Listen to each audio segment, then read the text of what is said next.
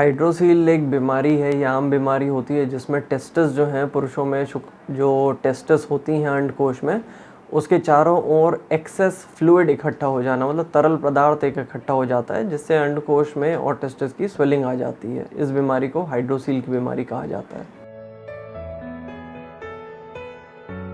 Hydrocele जो है वो मुख्य तौर से 4 प्रकार की होती है।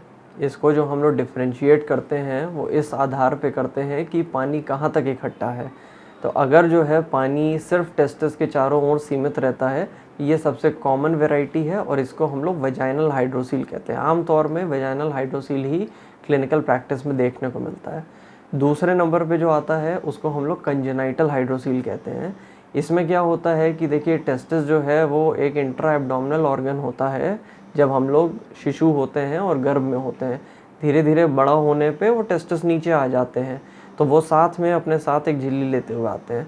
तो अगर पानी जो है इस पूरी झिल्ली में है और टेस्टिस के अराउंड से पेट के अंदर तक है, तो फिर ये जो होता है कंजेनाइटल हाइड्रोसील कहलाता है।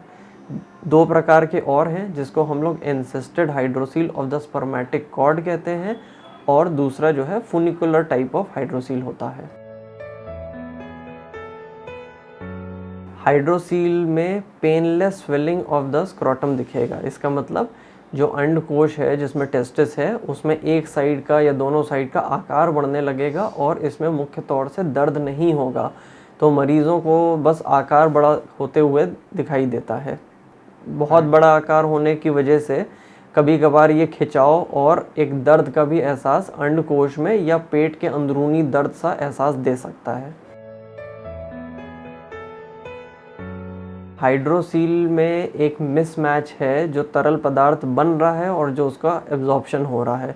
तो टेस्टिस के जो चारों ओर एक झिल्ली है जिसको हम लोग ट्यूनिका वेजिनालिस कहते हैं, इसके 2 परतों के बीच में ये तरल पदार्थ का इकट्ठा होना है। मुख्य तौर से जो देखा गया है वो इन्फेक्शन और हल्की फुल्की टेस्टिस में चोट लगने की वजह से रिएक्शन में ये फ्लूइड बन सकता है। इन्फेक्शंस में देखेंगे तो ज़्यादातर फाइलेरियासिस होता है। फाइलेरियासिस के बाद ये हाइड्रोसील बन सकता है, और कभी कभार टेस्टिकुलर ट्यूमर, मतलब इनमें ट्यूमर की वजह से भी एक हाइड्रोसील फ्लूइड बन सकता है। हाइड्रोसील एक क्लिनिकल डायग्नोसिस है। इसमें जांचों की ऐसी कोई आवश्यकता पड़ती नहीं है। अल्ट्रासाउंड वगैरह सिर्फ रेयर केसेस में, जहां पे जो सर्जन है वो कोई और भी चीज़ सस्पेक्ट कर रहे हैं, तभी अल्ट्रासाउंड कराया जाता है।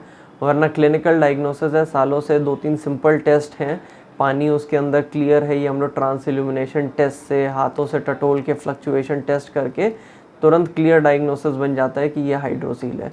जिन केसेस में अंडकोश में कोई प्रॉब्लम है, साथ में हर्निया का संदेह लग रहा है, अंदर खून होने का या जमा होने का कोई संदेह है, या ट्यूमर होने की एक संभावना लगती है, तभी इसी सस्पेशन में अल्ट्रासाउंड करा के इसको कंफर्म कर लिया जाता है। वरना और कोई इसमें विशेष जांचों की ज़रूरत नहीं होती है। हाइड्रोसील एक तरह से प्राइमरली एक सर्जिकल बीमारी है। कहने का मतलब ये है कि इसमें दवाइयाँ कोई काम नहीं करती हैं। सुई लगा के पानी खींच लेने से, देसी दवाइयाँ करने से इसमें कोई लाभ नहीं मिलता है और कॉम्प्लिकेशंस हो सकती हैं। इसका सबसे सक्सेसफुल, सबसे सरल इलाज सर्जरी माध्यम से ही है। सर्जरी देखिए एक सिंपल है। इसमें हाइड्रोसील में हम लोग इसको माइनर सर्जरीज़ में काउंट करते हैं। इसमें मरीज़ को जैसे ऑपरेशन के दिन ही बुलाया बेसिक जांच करा के, और नीचे अंडकोश पे छोटा सा चीरा लगाया जाता है सुन करके, सिर्फ उतने ही पार्ट को सुन करते हैं, जिसको हम लोग लोकल एनेस्थीसिया कहते हैं। फिर जो टेस्टिस के अराउंड फ्लूइड बन गया है उसको डाइसेक्ट करके हम लोग बाहर निकालते हैं, फ्लूइड सारा एक्सेस ड्रेन करते हैं, और जो 2 झिल्लियाँ हैं उनको पलट के वापस से सूचर कर दिया जाता है। इससे ये हमेशा हमेशा के लिए सही हो जाता है। इसमें चांसेस ऑफ रिकरेंस कभी नहीं रहता है। तो हाइड्रोसील की सर्जरी सिंपल है। बाकी टाँके भी आजकल सब इसमें बहुत 2-3 टाँके लगते हैं, वो भी सारे के सारे जो हैं गलने वाले टाँके होते हैं। सेम डे पेशेंट को हम लोग डिस्चार्ज कर देते हैं। Patient is fit to do all his work, अगले ही दिन से सब काम कर सकते हैं। वो एक बार फॉलोअप में दिखा जाते हैं, बाकी सब सही रहता है फिर इनका। सर्जरी के बाद में देखिए जो सबसे इम्पॉर्टेंट है, जो सब लोग चाहते ना हो, वो है एक इन्फेक्शन। इन्फेक्शन के लिए ये है कि ऑपरेशन से पहले ही आपको सावधानी शुरू हो जाती है। वो ये है कि जैसे ऑपरेशन के दिन आप नहा के जाएं, नीचे अंडकोश के बाल वगैरह सब तैयार कर लें, अच्छे से साबुन वगैरह से नहा के जाएं, तो इससे इन्फेक्शन कम होगा। पोस्ट ऑप मतलब ऑपरेशन के बाद भी ये है कि डॉक्टर साहब या सर्जन जो आपके हैं वो जिस हिसाब से पट्टी के लिए निर्देश देंगे वो आपको फॉलो करना है। स्क्रॉटल सपोर्ट ज़रूरी रहता है ताकि शुरू में रिएक्शन फ्लूइड जो है वो स्क्रॉटम में भर सकता है, तो उससे भारीपन और इन्फेक्शन के चांसेस बढ़ते हैं। तो स्क्रॉटल बैंडेज होता है, स्क्रॉटल सपोर्टर होता है, शुरू में कुछ दिन लगाना रहता है जब तक पूरा फ्लूइड जो है एब्जॉर्ब ना हो जाए। एंटीबायोटिक्स जो आपके डॉक्टर प्रिस्क्राइब करेंगे, यूजुअली 2 से 3 दिन की एंटीबायोटिक्स दी जाती है, बस उनको है।